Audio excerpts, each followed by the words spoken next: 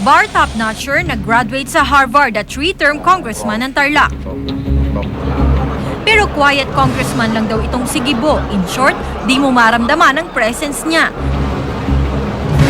Wala siyang hinawakang komite at mabibilang sa daliri ang naipasang bill. Kahit Defense Secretary na, marami pa rin ang hindi nakakakilala sa kanya. Minsan na nga lang siya ma-headline, marami pa ang nainis. Sa paghahanda, ligtas ang bukas. Si Plan. Nag-aambisyon ding magpresidente ang crying boy ng Senado na si Richard Gordon.